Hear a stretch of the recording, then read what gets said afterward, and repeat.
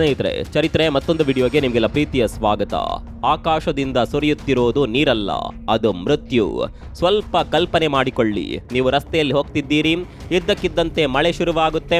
ಆದರೆ ಆ ಮಳೆ ಹನಿಗಳು ನಿಮ್ಮ ಮೈ ಮೇಲೆ ಬಿದ್ದಾಗ ನಿಮ್ಮ ಬಿಳಿ ಶರ್ಟ್ ಕಪ್ಪಾಗುತ್ತೆ, ನಿಮ್ಮ ಕೈಗಳು ಕಪ್ಪಾಗುತ್ತವೆ, ಇಡೀ ನಗರವೇ ಕಪ್ಪು ಬಣ್ಣಕ್ಕೆ ತಿರುಗುತ್ತೆ. ಇದು ಯಾವುದೋ ಹಾರರ್ ಸಿನಿಮಾದ ದೃಶ್ಯವಲ್ಲ, ಇದು ಸದ್ಯಕ್ಕೆ ಇರಾನ್ನಲ್ಲಿ ನಡೆಯುತ್ತಿರುವ ಭೀಕರ ವಾಸ್ತವ. ಜನರು ದಿಕ್ಕಾಪಾಲಾಗಿ ಓಡ್ತಿದ್ದಾರೆ, ಉಸಿರಾಡಲು ಪರದಾಡ್ತಿದ್ದಾರೆ. ಯಾಕಂದ್ರೆ ಈ ಮಳೆ ಕೇವಲ ನೀರಲ್ಲ, ಇದು ಮುಂದಿನ ಒಂದು ಪೀಳಿಗೆಯನ್ನೇ ಸರ್ವನಾಶ ಮಾಡುವ ಬ್ಲ್ಯಾಕ್ ರೈನ್ ಅಥವಾ ಕಪ್ಪು ಮಳೆ. ಹಾಗಾದರೆ ಏನಿದು ಕಪ್ಪು ಮಳೆ? ಇರಾನ್ ಮೇಲೆ ಬಿದ್ದ ಆ ಮಿಸೈಲ್ಗಳಿಗೂ ಈಗ ಆಕಾಶದಿಂದ ಸುರಿಯುತ್ತಿರುವ ಕಪ್ಪು ವಿಷಕ್ಕೂ ಏನ್ ಸಂಬಂಧ? ಇದು ಕೇವಲ ಪ್ರಕೃತಿಯ ವಿಕೋಪವೋ ಅಥವಾ ಯುದ್ಧದ ಒಂದು ಭಯಾನಕ ತಂತ್ರವೋ? ಇವತ್ತಿನ ವಿಡಿಯೋದಲ್ಲಿ ನಾವು ಇದರ ಸಂಪೂರ್ಣ ಜನ್ಮಜಾಲವನ್ನ ಬಿಚ್ಚಿಡಲಿದ್ದೇವೆ. ಕೊನೆವರೆಗೂ ವಿಡಿಯೋವನ್ನ ನೋಡಿ, ಯಾಕಂದ್ರೆ ಇದು ಕೇವಲ ಇರಾನ್ ಕಥೆಯಲ್ಲ, ಇಡೀ ಪ್ರಪಂಚಕ್ಕೆ ಒಂದು ಎಚ್ಚರಿಕೆ.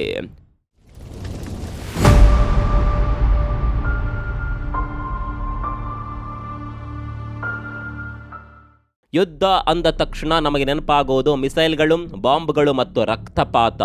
ಆದರೆ ಯುದ್ಧ ಮುಗಿದ ಮೇಲೂ ಸಾವು ಬೆನ್ನಟ್ಟುತ್ತೆ ಅನ್ನೋದಕ್ಕೆ ಈ ಕಪ್ಪು ಮಳೆ ಸಾಕ್ಷಿ. ಶುಕ್ರವಾರ ಇರಾನ್ನಲ್ಲಿ ಸುಮಾರು 400ಕ್ಕೂ ಹೆಚ್ಚು ಜನ ಸಾವನ್ನಪ್ಪಿದ್ದಾರೆ, ಸಾವಿರಾರು ಜನ ಗಾಯಗೊಂಡಿದ್ದಾರೆ. ಆದರೆ ಇವರೆಲ್ಲ ಮಿಸೈಲ್ನಿಂದ ಸತ್ತವರಲ್ಲ, ಬದಲಾಗಿ ಯುದ್ಧದ ನಂತರ ಬದಲಾದ ಪ್ರಕೃತಿಯ ಕೆಂಗಣ್ಣಿಗೆ ಗುರಿಯಾದವರು. ವಿಶ್ವಸಂಸ್ಥೆ ಬೆಚ್ಚಿ ಬಿದ್ದಿದೆ.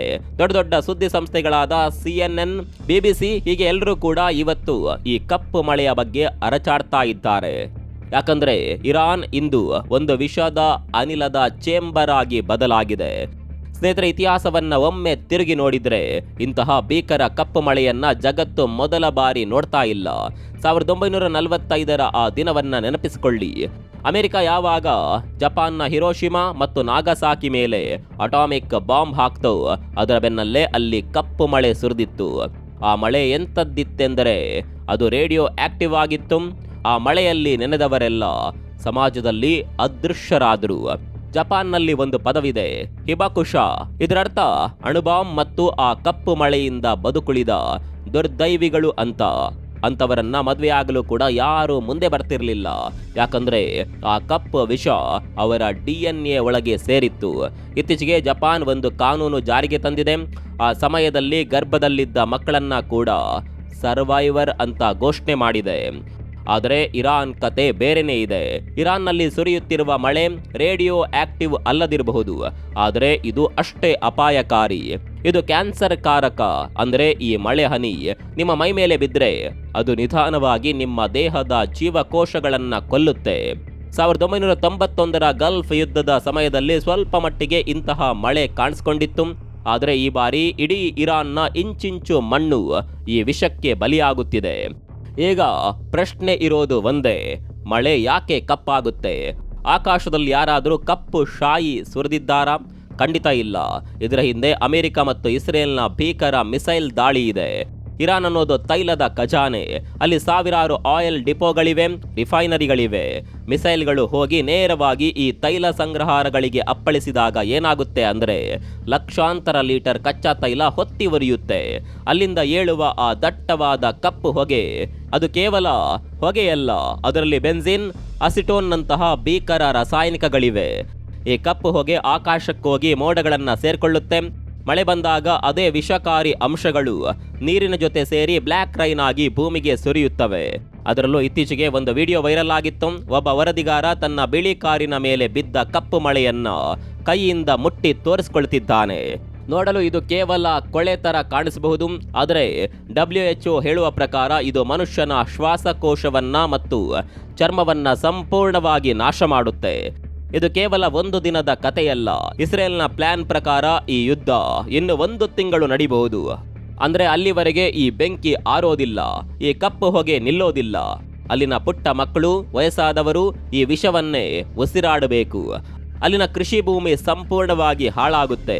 ಇರಾನ್ ಈಗಾಗಲೇ ಆಹಾರಕ್ಕಾಗಿ ಬೇರೆ ದೇಶಗಳ ಮೇಲೆ ಅವಲಂಬಿತವಾಗಿದೆ. ಈಗ ಈ ವಿಷದ ಮಳೆಯಿಂದ ಇರುವ ಅಲ್ಪ ಸ್ವಲ್ಪ ಬೆಳೆಯು ನಾಶವಾದರೆ ಅಲ್ಲಿನ ಜನರ ಗತಿಯೇನು ಅನ್ನುವ ಪ್ರಶ್ನೆಗಳು ಕೂಡ ಹುಟ್ಕೊಂಡಿದೆ. ಸ್ನೇಹಿತರೆ, ಇಲ್ಲಿ ಗೊತ್ತಿರಲೇಬೇಕಾದ ಮತ್ತೊಂದು ವಿಚಾರ ಇದೆ.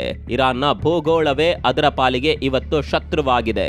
ಇರಾನ್ನ ಉತ್ತರ ಭಾಗದಲ್ಲಿ ಅಲ್ಬೋರ್ಜ್ ಎಂಬ ಪರ್ವತ ಶ್ರೇಣಿಗಳಿವೆ. ಈ ಪರ್ವತಗಳು ಆ ಕಪ್ಪು ವಿಷಕಾರಿ ಹೊಗೆಯನ್ನ ಅಲ್ಲಿಂದ ಹೊರಕ್ಕೋಗೋದಕ್ಕೆ ಬಿಡ್ತಿಲ್ಲ.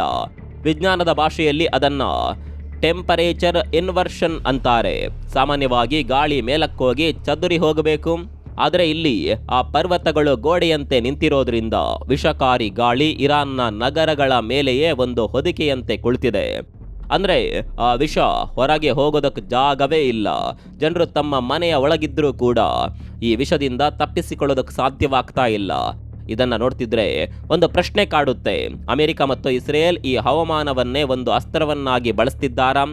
ಅವ್ರಿಗೆ ಗೊತ್ತು, ಇರಾನ್ನ ಈ ಜಿಯೋಗ್ರಫಿಯಲ್ಲಿ ಒಮ್ಮೆ ಬೆಂಕಿ ಹಾಕಿದ್ರೆ ಅದು ಇಡೀ ದೇಶವನ್ನ ಉಸಿರುಗಟ್ಟಿ ಸಾಯಿಸುತ್ತೆ ಅಂತ. ಹೀಗಾಗಿ ಇದು ಆಧುನಿಕ ಯುಗದ ವೆದರ್ ಮ್ಯಾನಿಪ್ಯುಲೇಷನ್ ಯುದ್ಧ ಇರಬಹುದಾ ಅನ್ನುವ ಚರ್ಚೆಗಳು ಕೂಡ ನಡೀತಾ ಇದೆ.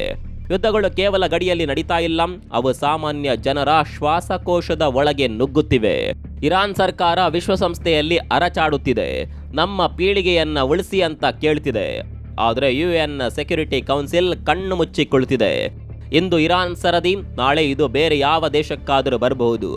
ಈ ಯುದ್ಧ ಕೇವಲ ಇರಾನ್ ಮತ್ತು ಇಸ್ರೇಲ್ ನಡುವೆ ಉಳಿದಿಲ್ಲ. ಇರಾನ್ ಈಗ ತಿರುಗಿ ಬೀಳೋದಕ್ಕೆ ಸಿದ್ಧವಾಗ್ತಾ ಇದೆ. ವರದಿಗಳ ಪ್ರಕಾರ ಇರಾನ್ ಈಗ 2 ದೇಶಗಳ ಮೇಲೆ ದಾಳಿ ಮಾಡೋದಕ್ಕೆ ಪ್ಲಾನ್ ಮಾಡ್ತಿದೆ. ಒಂದು ಬಹ್ರೇನ್, ಇನ್ನೊಂದು UAE. ಬಹ್ರೇನ್ ಈಗಾಗಲೇ ಹೇಳಿದೆ, ನಾವು ಯುದ್ಧಕ್ಕೆ ಸಿದ್ಧ ಅಂತ. ಯೋಚನೆ ಮಾಡಿ ಸ್ನೇಹಿತರೆ, ಇಡೀ ಮಿಡ್ಲ್ ಈಸ್ಟ್ ತೈಲದ ಮೇಲೆ ನಿಂತಿದೆ. ಒಂದು ವೇಳೆ ಈ ಯುದ್ಧ ಹರಡೋದಕ್ಕೆ ಶುರುವಾದರೆ ಇಡೀ ಪ್ರಾಂತ್ಯದಲ್ಲಿ ಇಂತಹ ಸಾವಿರಾರು ಕಪ್ಪು ಮಳೆಗಳು ಸುರಿಬಹುದು. ಆಗ ಪ್ರಪಂಚದ ಪರಿಸ್ಥಿತಿ ಏನಾಗಬೇಡ, ತೈಲದ ಬೆಲೆ ಎಲ್ಲಿಗೆ ಹೋಗಬಹುದು? ಸ್ನೇಹಿತರೆ, ಮುಂದಿನ ದಿನಗಳು ತುಂಬಾನೇ ನಿರ್ಣಾಯಕವಾಗಲಿದೆ. ಅಮೆರಿಕ ತನ್ನ ಸೈನಿಕರನ್ನ ಇರಾನ್ ಮಣ್ಣಿಗೆ ಇಳಿಸಲು ತಯಾರಿ ನಡೆಸ್ತಿದೆ.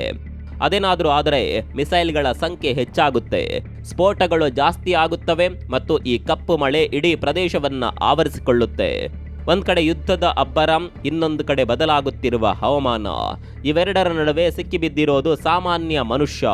ಇರಾನ್ನ ಇಂದಿನ ಮಕ್ಕಳು ಭವಿಷ್ಯದಲ್ಲಿ ಕ್ಯಾನ್ಸರ್ ಮತ್ತು ಉಸಿರಾಟದ ತೊಂದರೆಯಿಂದ ಬಳಲುವ ಸಾಧ್ಯತೆ ದಟ್ಟವಾಗಿದೆ.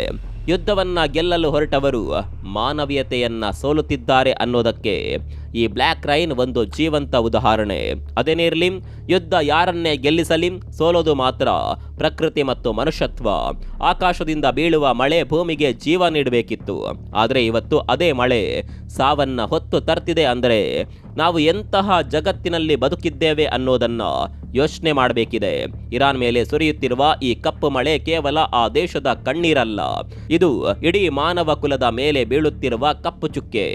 ಯುದ್ಧದ ಈ ದಾಹ ನಿಲ್ಲದಿದ್ರೆ ಮುಂದೊಂದು ದಿನ ನಮಗೂ ಶುದ್ಧವಾದ ಮಳೆ ನೋಡಲು ಸಾಧ್ಯವಾಗದೇ ಇರಬಹುದು.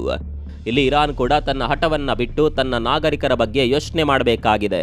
ಇರಾನ್ ಹಠಕ್ ಬಿದ್ದರೆ ನಾಗರಿಕರಿಗೆ ಕೂಡ ತೊಂದರೆಯಾಗುತ್ತೆ ಅನ್ನೋದನ್ನ ಮೊದಲು ಅರ್ಥಕೊಳ್ಬೇಕು. ಅದು ಬಿಟ್ಟು ತನ್ನ ಪ್ರತಿಷ್ಠೆಗಾಗಿ ಅಮಾಯಕ ಜನರನ್ನ ಬಲಿ ಕೊಡಬಾರದು. ಎಲ್ಲದಕ್ಕೂ ಯುದ್ಧ ಒಂದೇ ಪರಿಹಾರವಲ್ಲ, ಮಾತುಕತೆಯ ಮೂಲಕವೂ ಕೂಡ ಸಮಸ್ಯೆಯನ್ನ ಬಗೆಹರಿಸಿಕೊಂಡರೆ ಒಳ್ಳೆಯದು. ಇಲ್ಲದಿದ್ದರೆ ಇಬ್ಬರ ಜಗಳದಲ್ಲಿ ಬಲಿಯಾಗೋದು ಮಾತ್ರ ಸಾಮಾನ್ಯ ಜನರು. ಇವತ್ತು ಕಪ್ಪು ಮಳೆ ಬೀಳ್ತಿದೆ, ನಾಳೆ ಹವಾಮಾನವೇ ಬದಲಾಗಬಹುದು. ಇವತ್ತು ಇರಾನ್ಗೆ ಬಂದ ಪರಿಸ್ಥಿತಿ ನಾಳೆ ಅಮೆರಿಕಾಗೂ ಬರಬಹುದು, ಇಸ್ರೇಲ್ಗೂ ಬರಬಹುದು. ಹೀಗಾಗಿ ಕೆಲವೊಂದು ಯುದ್ಧ ನಿಯಮಗಳನ್ನು ರಚಿಸಿಕೊಳ್ಳೋದು ಒಳಿತು. ಈ ಬಗ್ಗೆ ನಿಮ್ಮ ಅಭಿಪ್ರಾಯವೇನು ಕಮೆಂಟ್ ಮಾಡಿ. ಪ್ರಚಲಿತ ವಿದ್ಯಮಾನಗಳನ್ನು ಸರಳವಾಗಿ ತಿಳಿಯಲು ನಮ್ಮ ಚಾನಲ್ ಅನ್ನು ಈಗಲೇ ಸಬ್ಸ್ಕ್ರೈಬ್ ಮಾಡಿ.